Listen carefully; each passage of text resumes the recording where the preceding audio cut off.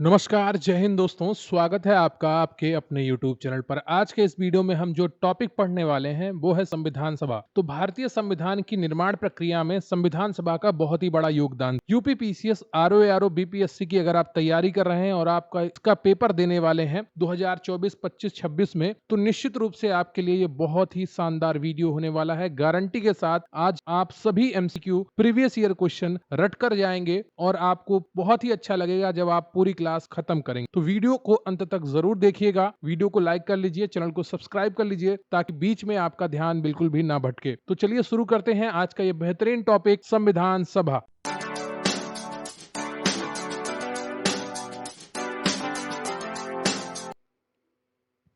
तो अभी हम जो टॉपिक पढ़ने वाले हैं वो है संविधान सभा एवं संविधान निर्माण प्रक्रिया। बहुत ही शानदार टॉपिक है और इसके प्रीवियस ईयर क्वेश्चन हम करेंगे। तो पहला प्रश्न है आपका कि भारत के लिए संविधान की रचना हेतु संविधान सभा का विचार निम्नलिखित में से सर्वप्रथम किसने प्रस्तुत किया था? आईएएस प्री 1996 का प्रश्न है कि भारत के लिए संविधान की रचना हेतु संविधान सभा का विचार निम्नलिखित में से सर्वप्रथम किसने प्रस्तुत किया था? और इसका जो सही उत्तर है आपका वो है ए ऑप्शन, स्वराज पार्टी ने 1934। मई 1934 में रांची में स्वराज पार्टी ने आत्मनिर्णय के अधिकार की मांग और एक प्रस्ताव पारित किया जिसमें कहा गया कि वयस्क मताधिकार के आधार पर निर्वाचित भारतीय प्रतिनिधियों की एक संविधान सभा होगी जो संविधान का निर्माण करेगी। भारतीयों की ओर से संविधान सभा की मांग करने का ये प्रथम अवसर था। तो कब किया गया? मई 1934 में रांची में स्वराज पार्टी ने पहली बार संविधान सभा की मांग। अगला प्रश्न है आपका कि स्वतंत्रता के पूर्व के दिनों में प्रारंभ में किसने संविधान निर्मात्री सभा का विचार प्रस्तुत किया था? एमएन राय, बी.आर. अम्बेडकर, एनी बेसेंट या जवाहरलाल नेहरू? यूपीपीएससी जीआईसी 2017 का प्रश्न है कि स्वतंत्रता के पूर्व के दिनों में प्रारंभ में किसने संविधान निर्मात्री सभा का विचार प्रस्तुत किया था? दूसरे का कौन सा ऑप्शन आपका सही होगा? सही उत्तर है आपका ए ऑप्शन, एमएन रॉय। जब वर्ष 1934 में पहली बार संविधान सभा की बात हुई तो वह विचार एमएन रॉय ने ही दिया था। अगला प्रश्न है आपका कि एक निर्वाचित संविधान सभा द्वारा भारत के संविधान का निर्माण करने का प्रस्ताव किया गया था? साइमन कमीशन द्वारा, भारत सरकार अधिनियम 1935 द्वारा, क्रिप्स मिशन द्वारा या ब्रिटिश कैबिनेट डेलीगेशन द्वारा? यूपीपीसीएस स्पेशल मेंस 2008 का प्रश्न है, एक निर्वाचित संविधान सभा द्वारा भारत के संविधान का निर्माण करने का प्रस्ताव किया गया था। और तीसरे का तो सही उत्तर है आपका वो हो जाएगा सी, क्रिप्स मिशन द्वारा। ठीक है, सी ऑप्शन आपका यहाँ पर सही हो जाता है। और क्रिप्स मिशन कब आया था? 1942 में आया था। अगला प्रश्न है आपका कि कैबिनेट मिशन योजना के अंतर्गत संविधान निर्मात्री परिषद में प्रत्येक प्रांत को आवंटित सदस्य संख्या निर्धारित करने के लिए एक प्रतिनिधि कितनी जनसंख्या के अनुपात में था? यूपीपीसीएस प्री 2003 का प्रश्न है कि कैबिनेट मिशन योजना के अंतर्गत संविधान निर्मात्री परिषद में प्रत्येक प्रांत को आवंटित सदस्य संख्या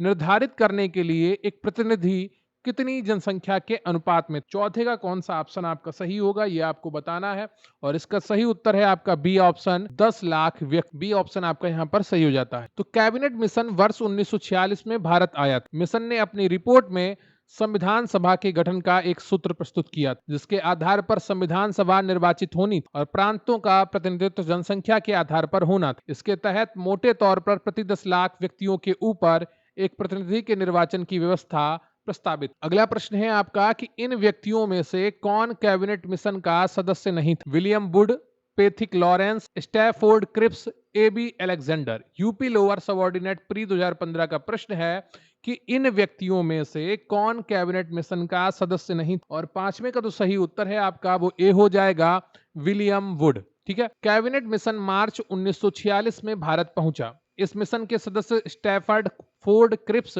अध्यक्ष board of trade, Pethick Lawrence Bharat सचिव और एबी अलेक्जेंडर नौसेना मंत्री। अगला प्रश्न है आपका कि भारतीय संविधान सभा का गठन किया गया था भारत सरकार अधिनियम 1935 के अंतर्गत, क्रिप्स योजना 1942 के अंतर्गत, कैबिनेट मिशन योजना 1946 के अंतर्गत या भारतीय स्वतंत्रता अधिनियम 1947 के अंतर्गत? UP lower subordinate pre 2009, Uttarakhand PCS pre 2012 का प्रश्न है कि भारतीय संविधान सभा का गठन किया गया था। छठे का कौन सा ऑप्शन आपका सही होगा ये आपको बताना है। इसका सही उत्तर है आपका सी ऑप्शन, कैबिनेट मिशन योजना 1946 के अंतर्गत। अगला प्रश्न है आपका कि 1946 में निर्मित अंतरिम सरकार में कार्यपालिका परिषद के उपसभापति थे जवाहरलाल नेहरू, डॉक्टर एस राधाकृष्णन, सी राजगोपालाचारी या डॉक्टर राजेंद्र प्रसाद। आईएएस प्री 1995 का प्रश्न है कि 1946 में निर्मित अंतरिम सरकार में कार्यपालिका परिषद के उपसभापति थे। सातवें का कौन सा ऑप्शन आपका सही है, ये आपको बताना है और इसका सही उत्तर है आपका ए ऑप्शन, जवाहरलाल नेहरू। ठीक है। 24 अगस्त 1946 को अंतरिम राष्ट्रीय सरकार की घोषणा इस व्यवस्था के साथ की गई कि अंतरिम सरकार 2 सितंबर 1946 को कार्यभार संभालेगी। वायसराय इसमें कार्यपालिका परिषद का पदेन अध्यक्ष था तथा जवाहरलाल नेहरू को उपाध्यक्ष या उपसभापति बनाया गया। अगला प्रश्न है आपका कि निम्नलिखित में से कौन अगस्त 1946 में गठित प्रथम अंतरिम राष्ट्रीय सरकार का सदस्य नहीं था? C Rajagopalachari, doctor Rajendra Prasad, doctor S Radhakrishnan या Jagjivan Ram. UP PCS mains 2010 का प्रश्न है कि निम्नलिखित में से कौन अगस्त 1946 में गठित प्रथम अंतरिम राष्ट्रीय सरकार का सदस्य नहीं था? और आठवें का जो सही उत्तर है आपका वो सी हो जाएगा, doctor S Radhakrishnan. Cabinet mission योजना के आधार पर 24 अगस्त 1946 की घोषणा के तहत नवनिर्वाचित संविधान सभा से 2 सितंबर 1946 को भारत की अंतरिम सरकार का गठन किया गया था। कब किया गया था? 2 सितंबर 1946 को भारत की अंतरिम सरकार का गठन किया गया था। इसमें सी राजगोपालाचारी शिक्षा मंत्री थे, डॉक्टर राजेंद्र प्रसाद खाद्य एवं कृषि मंत्री थे तथा जगजीवन राम श्रम मंत्री थे, जबकि डॉक्टर एस राधाकृष्णन इस प्रथम अंतरिम राष्ट्रीय सरकार के सदस्य नहीं थे। अगला प्रश्न है आपका 9वां और आईएएस प्री 2007 में पूछा गया है। प्रश्न कथन और कारण के आधार पर दिया गया है। इसमें 4 विकल्प आपको मिलेंगे और उसके आधार पर आपको सही उत्तर का चयन करना होगा। कथन है आपका कि वेवल योजना के अनुसार कार्यकारी परिषद में हिंदू और मुस्लिम सदस्यों की संख्या समान होनी थी। कारण आर, वेवल का विचार था कि ऐसी व्यवस्था से भारत का बंटवारा बच जाता। बताइएगा 9 का कौन सा? देखिए, जो कथन है कि वेवल योजना के अनुसार कार्यकारी परिषद में हिंदू और मुस्लिम सदस्यों की संख्या समान होनी थी, ये बात तो सही है। ठीक है, लेकिन कारण यहां पर गलत है। कारण गलत, तो आपका सही ऑप्शन होगा सी। कथन सही है पर कारण गलत। अक्टूबर 1943 में लिनलिथिगो के स्थान पर आर्कीवाल्ड वेबल वायसराय तथा गवर्नर जनरल नियुक्त किए गए। वे भारतीय सांवैधानिक गतिविरोध को दूर करने के उद्देश्य से मई 1945 में लंदन, वहां उन्होंने भारतीय प्रशासन के संबंध में ब्रिटिश सरकार से विस्तार से बात की तथा कुछ प्रस्ताव रखे। जून 1945 में उन प्रस्तावों को बेबल योजना के नाम से सार्वजनिक किया गया। बेबल योजना के प्रस्तावों में कार्यकारी परिषद में मुसलमान सदस्यों की संख्या हिंदुओं के बराबर होना, परिषद में वायसराय तथा कमांडर इन चीफ को छोड़कर सभी सदस्यों का भारतीय होना, शीघ्र ही शिमला में एक सम्मेलन का बुलाया जाना तथा युद्ध समाप्ति के पश्चात भारतीयों के द्वारा खुद का संविधान बनाया जाना इत्यादि प्रावधान शामिल। तो आप समझ गए होंगे कि अक्टूबर 1943 में लिनलिथिगो के स्थान पर आर्कीवाल्ड वेबल वायसराय तथा गवर्नर जनरल नियुक्त किए गए। तो उन्होंने क्या क्या तय किया था उसके बारे में बताया है कि बेबल योजना के अंदर कौन कौन से प्रस्ताव। क्लियर आपको? बेबल योजना का उद्देश्य राजनीतिक गतिरोध दूर करना, भारत को पूर्ण स्वशासन की दिशा में आगे बढ़ाना, ठीक है, और संवैधानिक गतिरोध दूर करना था। इसका उद्देश्य कहीं से भी हिंदू मुस्लिम एकता को दृढ़ करना नहीं। ठीक है, बेबल योजना सिर्फ भारत में शांति बनाना चाहती थी, जो राजनीतिक गतिरोध था उसको समाप्त करना चाहती थी। हिंदू मुस्लिम एकता का उसका कोई लेना देना नहीं। ऐसा लेना होता तो 1909 में जो आपका पार्लियामेंटो सुधार आया था वो नहीं। अगला प्रश्न है आपका 10वां कि निम्नलिखित में से कौन से कथन संविधान सभा के विषय में सत्य है? यह वह वयस्क मताधिकार पर आधारित थी, वह प्रत्यक्ष निर्वाचन का परिणाम थी, वह बहुदलीय निकाय थी, उसने अनेक समितियों के माध्यम से कार्य किया। बताइएगा 10वें का कौन सा ऑप्शन आपका सही होगा? आईएएस प्री 1993 में पूछा गया प्रश्न है और इसके जो पॉइंट कौन से हैं वो आप देखिए। वह वयस्क मताधिकार पर आधारित नहीं थी, सिर्फ कुछ ही लोगों को मताधिकार का प्रयोग करना। वह प्रत्यक्ष निर्वाचन का परिणाम, ये भी सही नहीं है। ठीक है, वह बहुदलीय निकाय थी, ये बिल्कुल सही बात है। उसने अनेक समितियों के माध्यम से कार्य किया, बिल्कुल सही बात है। झंटा समिति बनी है ना, और कई समितियां बनी। तो आपका यहाँ पर सी ऑप्शन सही हो जाएगा। 3 और 4 प्रारूप समिति, तो सी ऑप्शन आपका यहाँ पर सही। अगला प्रश्न है आपका कि भारतीय संविधान सभा के संबंध में निम्नांकित में से कौन से कथन सही है? यह वयस्क मताधिकार पर आधारित नहीं थी, यह प्रत्यक्ष निर्वाचन का परिणाम थी, यह बहुदलीय संरचना नहीं थी, यह कई समितियों के माध्यम से कार्यरत। तो प्रश्न लगभग वही, कुछ ऑप्शन में हेर फेर करके आरएस प्री 2018 में पूछा गया प्रश्न है। तो इसका सही उत्तर कौन? देखिए, वह वयस्क मताधिकार पर आधारित नहीं थी, बिल्कुल सही बात है। और वह प्रत्यक्ष निर्वाचन का परिणाम थी, बिल्कुल भी नहीं, वह प्रत्यक्ष निर्वाचन का परिणाम नहीं थी। वह बहुदलीय रचना नहीं थी, बहुदलीय रचना थी वो। तो आपका यहाँ पर सी भी गलत हो जाता है। यह कई समितियों के माध्यम से कार्यरत थी, तो डी ऑप्शन आपका सही है, इसलिए आपका ए ऑप्शन सही हो जाएगा, ए और डी। अगला प्रश्न है आपका कि निम्नलिखित में से संविधान सभा के बारे में गलत कथन कौन सा है? एमपीपीसीएस प्री 2012 में पूछा गया प्रश्न है। इसने बड़ी संख्या में समितियों की मदद से काम किया, उनमें से प्रारूप समिति सबसे महत्वपूर्ण। क्या ये पॉइंट सही है? आप बिल्कुल सही है। अगला पॉइंट है आपका कि अल्पसंख्यक समुदाय जैसे ईसाई, एंग्लो इंडियन और पारसियों को सभी में पर्याप्त प्रतिनिधित्व दिया गया था। क्या ये पॉइंट बिल्कुल सही है? इसका निर्वाचन सार्वभौम वयस्क मताधिकार के आधार पर किया गया था। क्या वयस्क मताधिकार प्रयोग किया गया था? नहीं किया गया था, तो सी ऑप्शन आपका गलत हो जाता है, इसलिए यही ऑप्शन आपका सही हो जाएगा। ठीक है, और इसकी चुनावी प्रक्रिया 1935 के अधिनियम की 6वीं अनुसूची पर आधारित कर, संपत्ति और शैक्षणिक योग्यता के कारण मताधिकार सीमित थे। बिल्कुल सही बात है आपका, तो डी पॉइंट भी आपका सही है। तो यहाँ पर जो सही ऑप्शन है आपका वो सी है। अगला प्रश्न है आपका कि भारत के संविधान का प्रारूप तैयार करने वाली संविधान सभा के सदस्यों को ब्रिटिश संसद द्वारा नामित किया गया, गवर्नर जनरल द्वारा नामित किया गया, विभिन्न प्रांतों की विधानसभाओं द्वारा चुना गया, भारतीय राष्ट्रीय कांग्रेस और मुस्लिम लीग द्वारा चुना गया। आईएस प्री 2002 का प्रश्न है कि भारत के संविधान का प्रारूप तैयार करने वाली संविधान सभा के सदस्यों को किसके द्वारा चुना गया था? और 13वें का जो सही उत्तर है आपका वो सी हो जाएगा, विभिन्न प्रांतों की विधानसभा द्वारा चुना गया। जैसे अभी वर्तमान में क्या होता है, विभिन्न प्रांतों की विधानसभाएं हैं राज्यों की, वो क्या करते हैं, राज्यसभा सदस्यों को चुनती हैं। वैसे ही संविधान सभा को चुना गया था तब जब संविधान सभा का निर्माण हुआ था, तो सी ऑप्शन आपका सही है। अगला प्रश्न है आपका कि भारतीय इतिहास के संदर्भ में प्रांतों से संविधान सभा के सदस्य उन प्रांतों के लोगों द्वारा सीधे निर्वाचित हुए थे, भारतीय राष्ट्रीय कांग्रेस तथा मुस्लिम लीग द्वारा निर्वाचित हुए थे, प्रांतीय विधानसभाओं द्वारा निर्वाचित हुए थे, सरकार द्वारा संवैधानिक मामलों में उनकी विशेषज्ञता के लिए चुने गए थे। आईएस प्री 2013 का प्रश्न है और कौन सा ऑप्शन आपका सही होगा? यहाँ पर 14 उत्तर है आपका वो सी है, प्रांतीय विधानसभाओं द्वारा निर्वाचित हुए। अगला प्रश्न है आपका कि संविधान सभा में सदस्यों का चुनाव कैसे हुआ था? सीधे जनता द्वारा, भारतीय राष्ट्रीय कांग्रेस के नामांकन द्वारा, भारतीय राज्यों के शासकों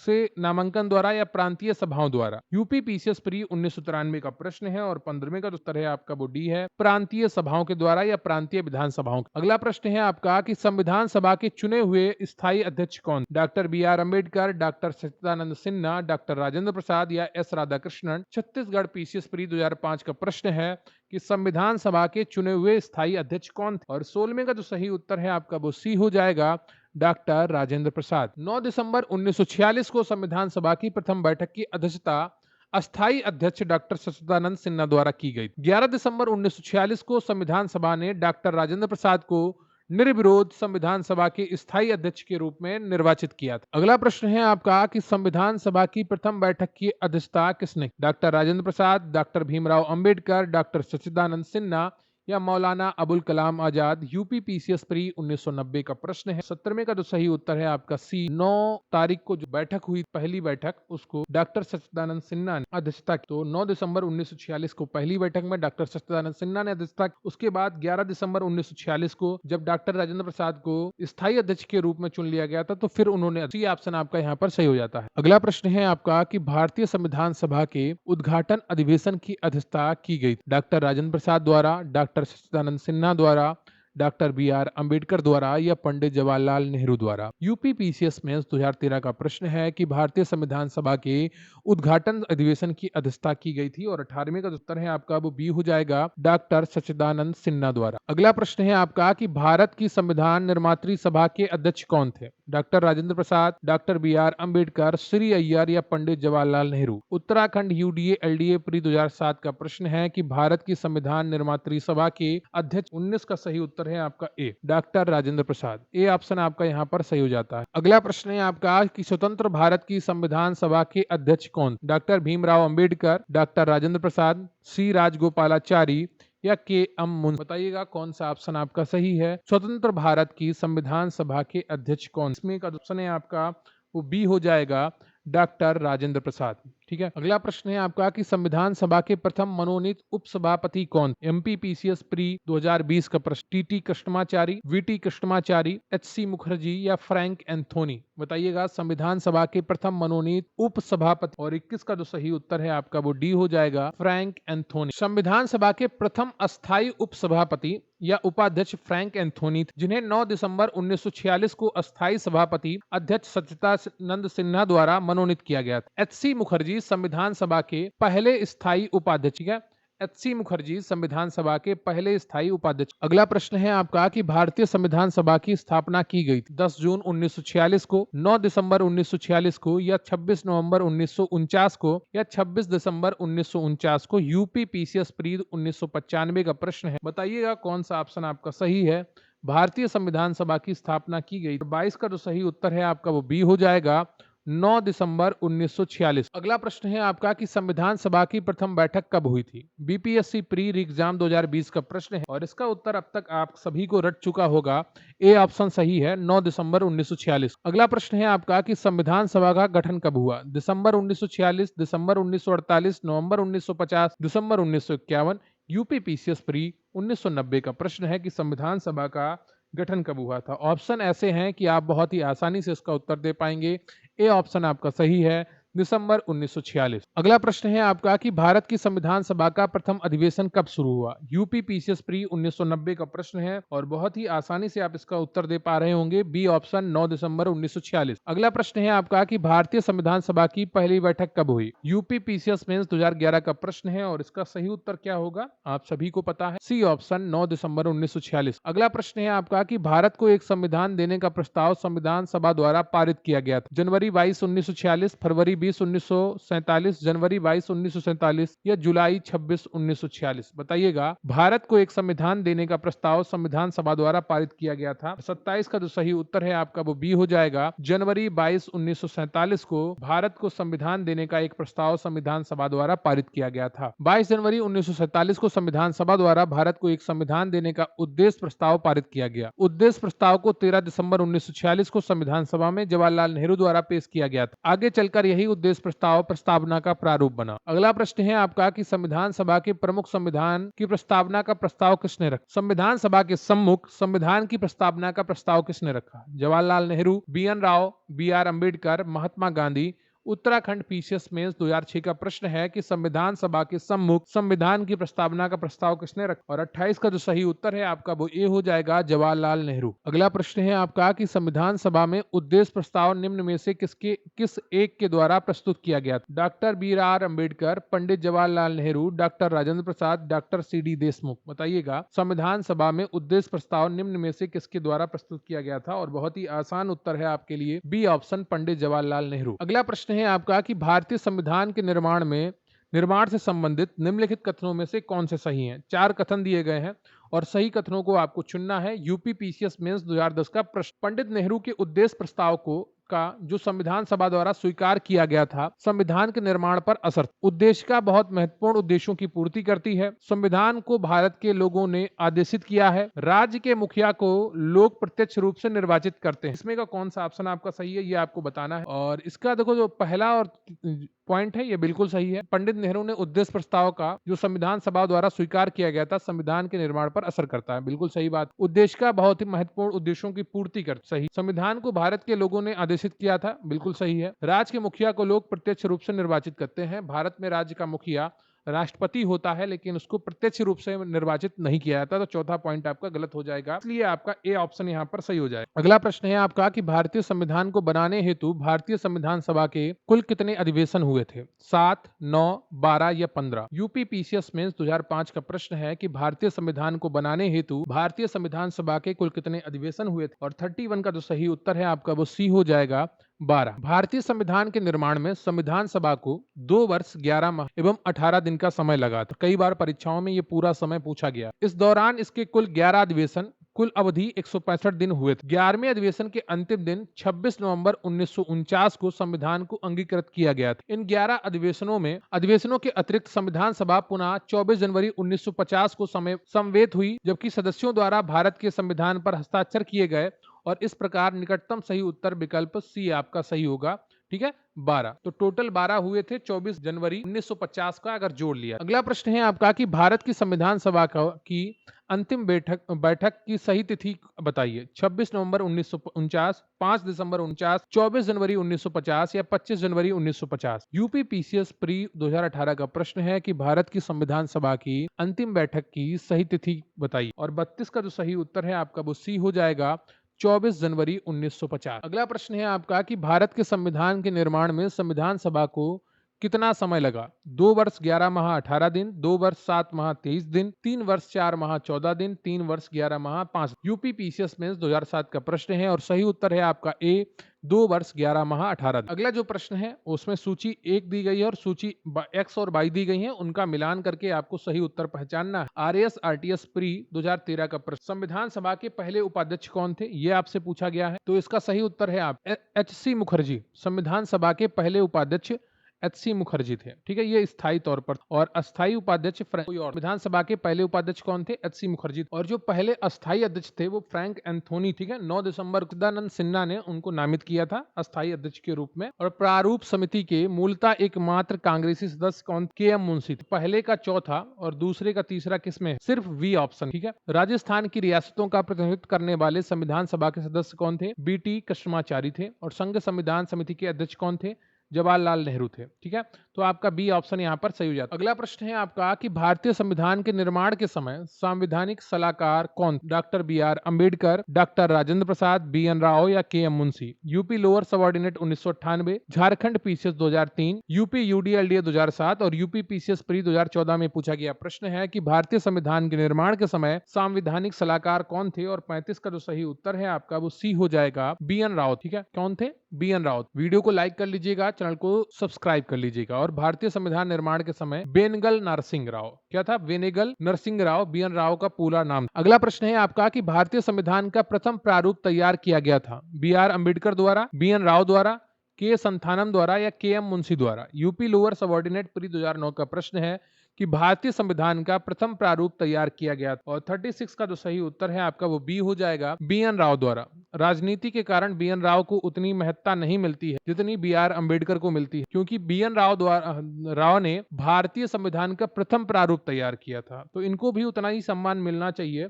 जितना BR अम्बेडकर को मिलता है। लेकिन राजनीति में आप काफी कुछ देख। BN राव के मूल प्रारूप में 243 अनुच्छेद थे और 13 अनुसूचियां। अगला प्रश्न है आपका कि भारत का संविधान पूर्ण रूप से तैयार हुआ था जनवरी 26, 1950 को, नवंबर 26, 1949 को, फरवरी 11, 1948 को या कोई नहीं। UP PCS pre 2002, UP PCS mains 2010 का प्रश्न है कि भारत का संविधान पूर्ण रूप से तैयार हुआ। 38 का जो सही उत्तर है आपका वो बी हो जाएगा, नवंबर 26, 1949, ठीक है, बी ऑप्शन आपका सही है। अगला प्रश्न है आपका कि भारतीय संविधान को संविधान सभा द्वारा अंगीकृत किया गया था 26 नवंबर 1949 को, 15 अगस्त 1949 को, 2 अक्टूबर 1949 को या 15 नवंबर 1949। बीपीएससी प्री 1990 का प्रश्न है और इसका जो सही उत्तर है 39, वो है ए, 26 नवंबर 1949 को भारतीय संविधान को संविधान सभा द्वारा अंगीकृत किया गया था। अगला प्रश्न है आपका कि संविधान सभा द्वारा भारतीय संविधान को स्वीकृत किया गया था। बहुत ही आसान उत्तर है आप 40वां, और सही उत्तर है आपका 26 नवंबर 1949 को यूपी UDLDA प्री 2006 में पूछा गया प्रश्न। अगला प्रश्न है आपका कि भारत का संविधान किस तिथि को अपनाया गया,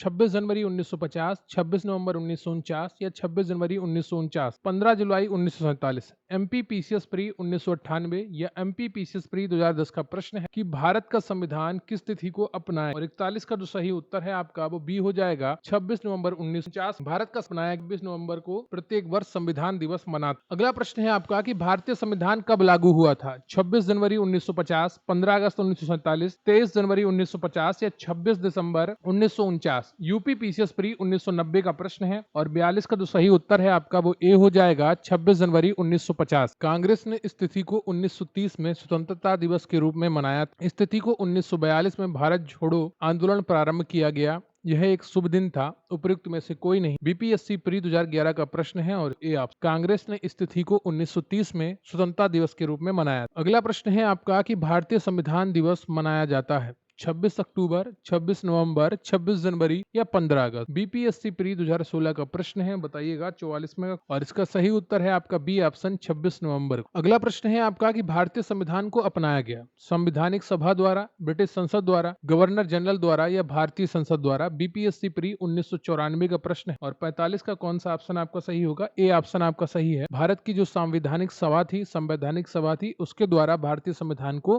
अपनाया गया था। अगला प्रश्न है आपका कि भारतीय संविधान को 26 नवंबर 1949 को किसके द्वारा अधिनियमित किया गया था? संविधान सभा द्वारा, भारत के गवर्नर जनरल द्वारा, भारतीय संसद द्वारा या ब्रिटिश संसद द्वारा? यूपी पीसीएस मेंस 2012 का प्रश्न है कि भारतीय संविधान को 26 नवंबर 1949 को किसके द्वारा अधिनियमित किया गया? 46 का जो सही उत्तर है आपका वो ए है, संविधान सभा द्वारा। अगला प्रश्न है आपका कि भारत का संविधान अंगीकृत एवं अधिनियमित हुआ था 26 जनवरी 1950, फरवरी 11 1948, नवंबर 26 1949 या उपयुक्त में से कोई नहीं? UP PCS mains 2013, UP PCS mains 2015 का प्रश्न है कि भारत का संविधान अंगीकृत एवं अधिनियमित हुआ था, और 47 का जो सही उत्तर है वो हो जाएगा सी, नवंबर 26 1949 को, 1949 को। ठीक है, नवंबर 26 1949 को भारत का संविधान अंगीकृत एवं अधिनियमित हुआ। सी ऑप्शन आपका सही है। अगला प्रश्न है आपका कि बी आर अम्बेडकर का संविधान सभा में निर्वाचन हुआ था पश्चिम बंगाल से, बंबई प्रेसिडेंसी से या तत्कालीन मध्य भारत से या पंजाब से? आईएएस प्री 1996 का प्रश्न है, बी आर अम्बेडकर का संविधान सभा में निर्वाचन हुआ, और 48 का जो सही उत्तर है आपका वो बी है, बंबई प्रेसिडेंसी। वर्ष 1946 में संपन्न संविधान सभा के प्रारंभिक चुनाव में डॉक्टर भीमराव अंबेडकर अविभाजित भारत के बंगाल प्रांत के पूर्वी भाग से निर्वाचित हुए थे। बाद में यह क्षेत्र पाकिस्तान में चले जाने के कारण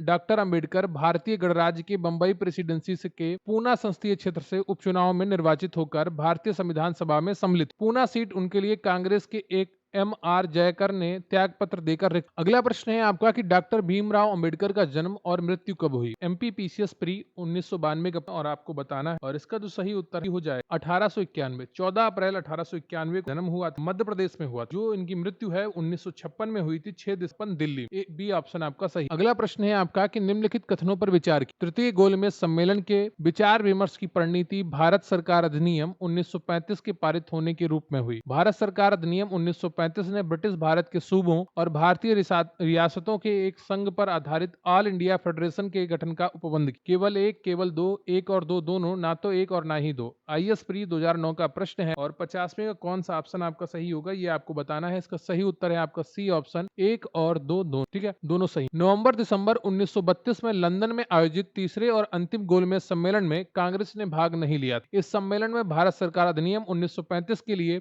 एक ठोस योजना को अंतिम रूप में पेश किया गया। इसमें ब्रिटिश भारत के सूबों और भारतीय रियासतों को एक संघ पर आधारित ऑल इंडिया फेडरेशन के गठन का प्रावधान किया गया। अगला प्रश्न है आपका 51। नीचे दो वक्तव्य दिए गए हैं, कथन और कारण, उसके आधार पर आपको सही उत्तर का चयन करना। यूपी पीसीएस स्पेशल मेंस 2008 का, और आपको सही उत्तर बता। कथन है, भारत का संविधान देश की आवश्यकताओं की पूर्ति करता है, ये सही है। कारण आर है, इसको एक ग्रहित संविधान कहा जाता है, सही। बातें दोनों सही हैं, लेकिन स्पष्टीकरण नहीं है कथन, तो आपका बी ऑप्शन सही हो जाएगा। ठीक है, अगला प्रश्न है आपका कि संविधान सभा में वयस्क मताधिकार को 15 वर्ष के लिए स्थगित करने की बात की थी। डॉक्टर राजेंद्र प्रसाद ने, जवाहरलाल नेहरू ने, या मौलाना आजाद ने, या डॉक्टर भीमराव अंबेडकर ने? एमपी पीसीएस प्री 2010 का प्रश्न है कि संविधान सभा में वयस्क मताधिकार को 15 वर्ष के लिए स्थगित करने की बात। 52 का जो सही उत्तर है आपका वो सी है, मौलाना आजाद। और जवाहरलाल नेहरू, अंबेडकर जी, और जवाहरलाल नेहरू और राजेंद्र, ये जो दो लोग, ये वयस्क मताधिकार लागू करने के लिए पूर्णतया पक्ष, लेकिन मौलाना आजाद ने इसको 15 वर्ष स्थगित करने की बात। अगला प्रश्न है आपका कि निम्नलिखित में से किसने सुझाव दिया था कि भारत की स्वतंत्रता के बाद भारतीय राष्ट्रीय कांग्रेस को एक राजनीतिक दल के रूप भंग कर दिया जाना चाहिए? सी राजगोपालाचारी, जयप्रकाश नारायण, आचार्य कृपलानी या Mahatma Gandhi? UP PCS mains 2011 का प्रश्न है, निम्नलिखित में से किसने सुझाव दिया था कि भारत की स्वतंत्रता के बाद भारतीय राष्ट्रीय कांग्रेस को एक राजनीतिक दल के रूप भंग कर दिया जाना? और इसका सही उत्तर है आपका 53 का डी, महात्मा गांधी। अगला प्रश्न है आपका कि निम्नलिखित में से किसने कहा था कि एक संविधान एक मशीन की तरह बेजान चीज, इसमें वे लोग जीवन फूंकते हैं जो इसका नियंत्रण करते हैं। भारत में बस कुछ ईमानदार लोगों की आवश्यकता है जिनके लिए राष्ट्रहित ही सर्वोपरि। Doctor Rajendra Prasad, Jawaharlal Nehru, doctor B R Ambedkar या महात्मा गांधी? आरएएस आरटीएस 2021 का प्रश्न है कि निम्नलिखित में से किसने कहा था कि संविधान एक मशीन की तरह बेजान चीज है जिसमें वे लोग जीवन फूंकते हैं जो इसका, और 54 उत्तर है आपका वो ए है, डॉक्टर राजेंद्र प्रसाद। अगला प्रश्न है आपका कि अपनी राष्ट्रवादी प्रतिक्रिया में भारतीय संविधान के निर्माताओं ने अल्पसंख्यकों के हितों तथा भावनाओं के महत्व को कम करके आंका है। यह कथन किसका है? मोरिस जोन्स का, हार्ड ग्रेव जूनियर का, या अलेक्जेंड्रोविच का, या आइवर जेनिंग्स का। यूपी पीसी स्पेशल मेंस 2004 का प्रश्न है, अपनी राष्ट्रवादी प्रतिक्रिया में भारतीय संविधान के निर्माताओं ने अल्पसंख्यकों के हितों तथा मानवताओं भावनाओं के महत्व को कम करके आंका है, और 55 का उत्तर है आपका वो डी है, आइवर जेनिंग्स। अगला प्रश्न है आपका, किसने कहा था संविधान सभा कांग्रेस थी और कांग्रेस भारत? ऑस्टिन ने, सीआर एटली ने, विंस्टन चर्चिल ने, या लॉर्ड माउंटबेटन ने? यूपी यूडीए एलडीए प्री 2013 का प्रश्न कि किसने कहा था संविधान सभा कांग्रेस थी और कांग्रेस भारत? 56 का सही उत्तर है आपका ए, ऑस्टिन। ये वक्तव्य उन्होंने अपनी पुस्तक द इंडियन कॉन्स्टिट्यूशन में वर्णित। इनका पूरा नाम था ग्रैनविले। अगला प्रश्न है आपका कि भारतीय संविधान सभा में कुल कितनी महिलाएं सदस्य? 15, 13, 12 या 10? यूपी पीसीएस आरआई 2014 का 57 उत्तर है आप, टोटल 15 महिलाएं। तो ये आपका संविधान सभा प्रक्रिया जो थी, निर्माण की प्रक्रिया, उससे जुड़े हुए जितने भी प्रीवियस ईयर क्वेश्चन थे भारतीय राज्य व्यवस्था के, इंडियन पॉलिटी के, वो सब आप UP PCS, RO ARO, BPSC, UPS, MPPS, RAS या छत्तीसगढ़ पीसीएस, खंड पीसीएस, किसी भी परीक्षा की तैयारी आप कर रहे हैं, अगर आप बहुत अच्छे तरीके से तैयारी कर, प्रीवियस ईयर क्वेश्चन को देखना बहुत ही ज्यादा जरूरी। विगत परीक्षाओं में पूछे गए सभी प्रश्न हमारे चैनल पर लगातार आपको करवाए जा रहे हैं। आपको प्राचीन भारत के इतिहास के सभी प्रश्न करवाए जा चुके हैं, अब आपको भारतीय राज्य व्यवस्था के सारे प्रश्न करवाए जा रहे हैं। इसी तरीके से सभी टॉपिक्स के आपको सभी प्रश्न करवाए। वीडियो को लाइक कर लीजिएगा, चैनल पर नए हैं सब्सक्राइब कर लीजिएगा, और कमेंट करके बताइएगा कि आपको ये वीडियो कैसा लगा। मुझे आप इंतजार रहेगा। तो थैंक यू वेरी मच, बहुत बहुत धन्यवाद आपका। जय हिंद, जय भारत।